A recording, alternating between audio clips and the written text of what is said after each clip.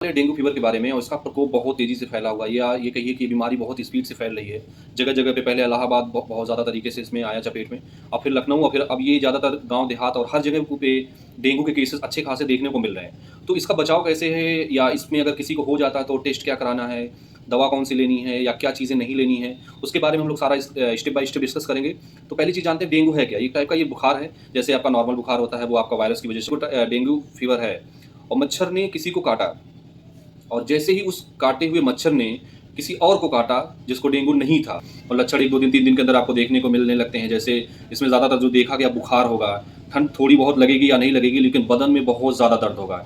इसीलिए इसको ब्रेकबोन फीवर नाम से भी जानते हैं कि हड्डी तोड़ बुखार या हड्डी और जोड़-जोड़ को पकड़ने वाला बुखार। आपके हड्डी-हड्डी में ऐंठन होगी, दर्द बहुत ज़्यादा होगी, आपको बेचैनी लगेगी, भूख नहीं लगेगी, घबराहट होगी। ये सारे लक्षण डेंगू में आपको देखने को मिलते हैं।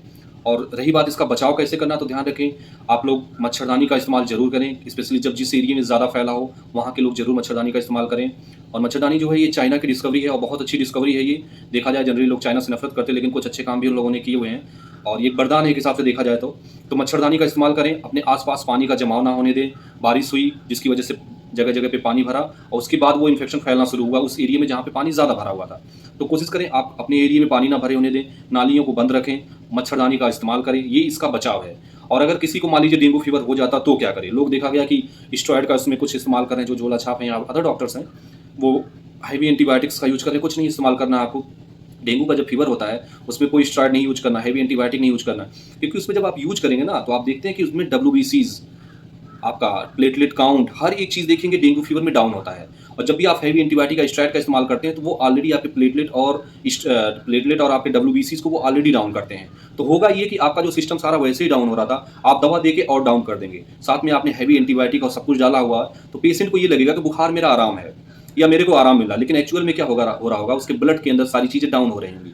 फिर अचानक से किसी दिन वो बेहोश हो जाएगा, गिर जाएगा, चक्कर आएगा और एडमिट होने के बाद पता चलेगा कि सारा तो इसमें खत्म हो चुका, प्लेटलेट 20,000 30,000 पे रुका हुआ है और ऐसे केसेस में पेशेंट की डेथ भी हो जाती है। कुछ लोग देखा गया है, एक न्यूज़ आई थी जिसमें वो कोई जूस चढ़ा दे रहे थे पेशेंट को और वो उसकी डेथ हो गई। तो ध्यान रखें ये सब ना करें। आप अगर इस्तेमाल करना चाहते हो तो प्लेन पैरासिटामॉल का इस्तेमाल करें और जो सिम्प्टोमेटिक मेडिसिन मान लीजिए आपको बहुत ज़्यादा उल्टी हो रही है, तो आपको ये उल्टी की दवा भी ऐड कर सकते हैं, लेकिन स्टेरॉइड और हेवी एंटीबायोटिक का इस्तेमाल मत करें। आप जो नेचुरल आपकी पैथी है, होम्योपैथी, आयुर्वेदिक, यूनानी या घरेलू नुस्खा जो इसमें अपनाया जाता है, वो बहुत कारगर है। आप पपीते की पत्ती का इस्तेमाल कर सकते हैं, नीम का जो सीख होती है जिसमें पत्तियाँ लगी होती हैं, आप उसको भी पीस के लोग इस्तेमाल करते हैं घरेलू में, तो नेचुरल है, ये हार्मफुल नहीं है। आप कम से कम पपीते की पत्ती का इस्तेमाल करें, बकरी का दूध का इस्तेमाल करें, कीवी फल का इस्तेमाल करें। फीवर बहुत ज़्यादा अगर आपको लगना चढ़ा तो पैरासीटामॉल कम से कम अपनी उसमें दवा के तौर पे आप ऐड कर सकते हैं। ध्यान रखें इसमें हेवी एंटीबायोटिक और स्टेरॉइड्स का इस्तेमाल नहीं करना है।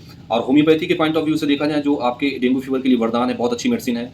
आप प्लेटलेट काउंट बढ़ाना है तो आपको कैरिका पपाया का मदर टिंचर इस्तेमाल करना, 10 से 15 बूंद पानी में डाल के दिन भर में 3 बार आपको लेना है। प्लेटलेट काउंट को बहुत तेज़ी से ये इंक्रीज करता है। ये भी पपीते से बना हुआ ही मदर टिंचर होम्योपैथी का है।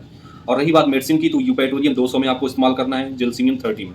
2 मेडिसिन है आपकी, ये जो आपके डेंगू फीवर में इस्तेमाल होती हैं। प्लेटलेट काउंट बढ़ाना हो तो आपको कैरिका पपाया का मदर टिंचर इस्तेमाल करना है। अगर रही बात एलोपैथी में, तो पैरासीटामॉल या उल्टी हो रही तो आपको ओंडेंसेट्रॉन, जो आपकी उल्टी की बहुत अच्छी दवा, उसका इस्तेमाल कर सकते हैं। अगर इन सब के बावजूद अगर कोई और चीज़ आप ऐड करना चाहते हैं या लगे आपको आराम नहीं मिल रहा है, तो आप एक आता है डाबर का महासुदर्शन चूर्ण, उसका इस्तेमाल सुबह शाम आपको आधा कटोरी या आधा कप पानी में 2 घूंट के आसपास पानी रहेगा, उसमें आपको 1 चम्मच के आसपास उसको डालना, गुनगुने पानी में सुबह शाम पीना है।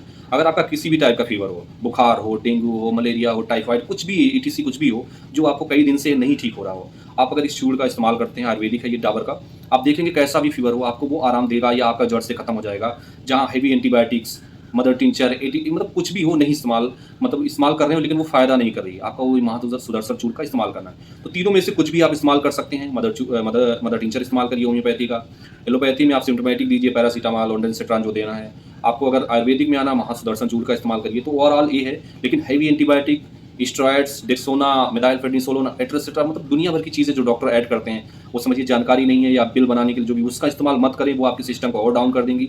हाँ, आप टाइफाइड या वायरल फीवर उसमें दे सकते हैं, लेकिन डेंगू में इसका इस्तेमाल मत करें। सावधानी रखें, सफाई रखें अपने आसपास और ऐसी ही वीडियो के लिए, ऐसे फैक्ट्स के लिए, ऐसी जानकारी के लिए चैनल को सब्सक्राइब करें, वीडियो को लाइक करें, दोस्तों से शेयर करें। Thank you so much.